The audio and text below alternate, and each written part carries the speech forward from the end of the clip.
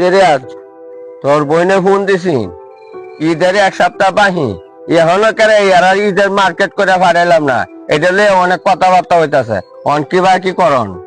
আব্বা এখন তো মনে করো যে বোন আর বোনের জামাই দুলাভাই দুইজনের লাগেই তো মার্কেট করতে হইব।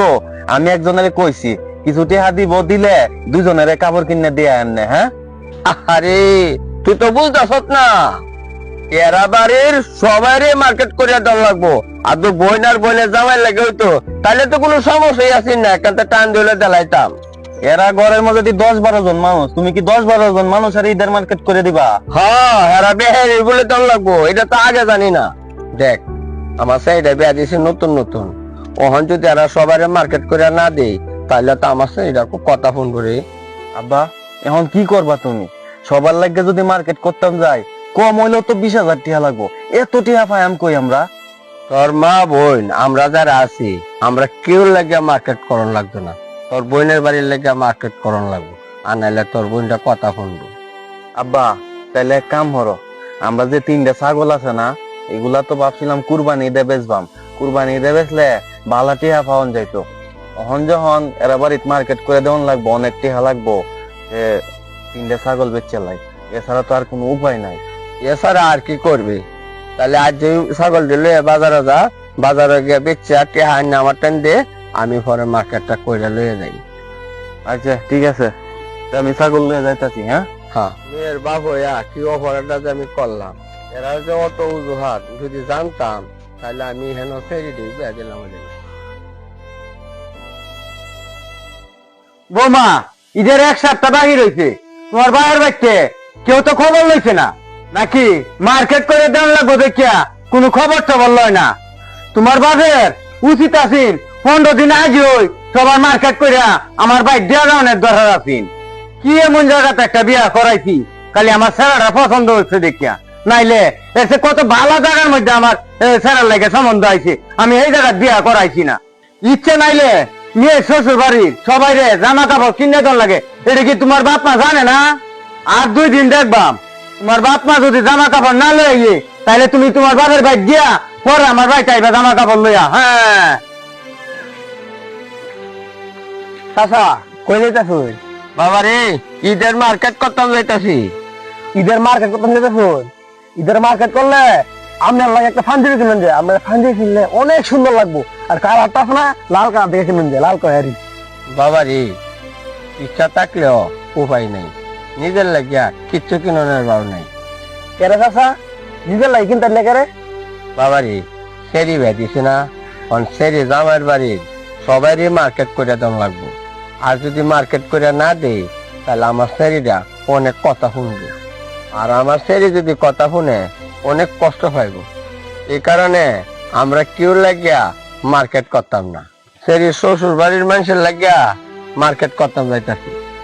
আচ্ছা এটা কেমন কথা? সেরি বিয়া দিচ্ছেন দেখিয়া সেরি শ্বশুর বাড়ি সবাই মার্কেট করে দেওয়া লাগবো? এটা বুঝতে না রে বাবা, তুমি আগে বাপ হও তারপর তুমি বুঝতে পারবা দায়িত্ব কি জিনিস। না না চাচা, এই বিষয়টা আমি অত তোমাকে মানতে পারলাম না। কারণ এটা থাকা যার যেমন সামর্থ্য আছে এই সামর্থ্য অনুযায়ী দিব, যা পারে তা দিব। এখন যেন সবাই মার্কেট করে দেওয়া লাগবো, এটা কি কোনো আইন আছে, লেখা আছে কোনো জায়গা? বাবা রে আইনের কথা কি কইতাম, মানুষ এখন নিজের এই আইন বানা। আমরা সমাজ এরকম একটা আইনই বানাইছে, মেয়ে বিয়া দেয়া মেয়ের বাপেরা বিপদ হইয়া জায়গা।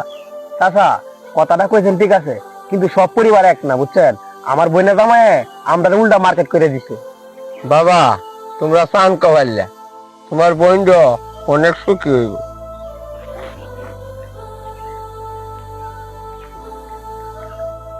অর্ধেক কেনাকাটা হয়েছে, যাই আর অর্ধেক কিনুন লাগবো। কাপড় গুলা সেরি শ্বশুর বাড়ি দিয়ে আইলেই জানডা বাঁচে। আব্বা এই যে পায়জামাটা আম্মা বাইর করে দিছে, আর এই গেঞ্জিটা ট্যাঙ্কের ভিতরে আসিল, একটু ছোট হয়ে গেছে আর কি, ও সমস্যা নাই, নামাজ পড়ন যাইবো। সুন্দর হয়েছে না আব্বা? আব্বা তুমি কান্তাছো কি লাইগা? বাবা রে তোমার মেয়ের সুখ কিনতে গিয়া আমি তোর লাগে কিছু করতাম না। তোরে যদি আজ একটা নতুন জামা কিনে দিতাম তুই না কত খুশি হইতে। আব্বা, নতুন কাপড় পরে যে ঈদের নামাজ পড়তে হইব এমন কোন কথা আছে? নামাজ তো যে কোনো কাপড় পরে পরন যা, চিরা কাপড় দিয়েও পরন যা, যদি কাপড়টা পরিষ্কার থাকে। আসলে আব্বা, এই কাপড়ের মতো পরিষ্কার যদি মানুষের মন থাকতো কতই না ভালো হইতো, কারো দ্বারা কেউ কোনো কষ্ট পাইতো না, ঠিক না আব্বা? বাবারে, ঈদের দিন নাকি সবারই খুশির দিন, অথচ আমার কষ্টের দিন।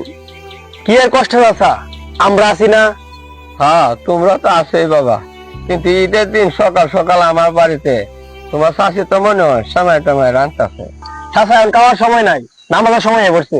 চাচা, আপনি হচ্ছেন আমার বাপের মতো, আমি জানি আপনি ঈদের মার্কেট করছেন না, এই কারণে আমি নিজের হাতে আপনার লাগে একটা লাল পাঞ্জাবি আনছি আর হেল লাগিয়ে একটা কালা পাঞ্জাবি আনছি। সুন্দর না?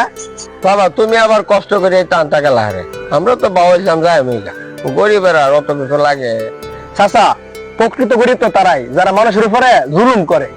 আব্বা, হ্যাঁ, যখন শখ করে তোমার লাগে আমার লাগে কাপড় লইছে, তাহলে এক কাম করো, লও হ্যাঁ কাপড় টিফিন দে, আমরা ঈদের নামাজও যাই। হ্যাঁ বাবারে, সোয়াল থেকে যে হাসতাছ, হাসিটা আসি কলজা ফাটা হাসি, আর রোহন যে হাসিটা দিছ না, এটা দেখতে আমার মনটা বইতেছে গা, এই দুই আসল হাসি। চাচা, এখন রান তো সব কথা, নামাজের সময় হয়ে পড়ছে, এরিয়া যা, এগুলো চাচারে পড়া তুই ফিরিয়া নামাজ আইতে হইব। চলো আসেন। বাবা ফরবাম, তুমি যে আফিত্তি করে আনছো তোমার জামাটা ফরিয়া, আমি ঈদের মাঠে মানুষের দেখায়াম। যান পরে ফিরে আসেন, যান, আমি দাঁড়াইছি। আব্বা,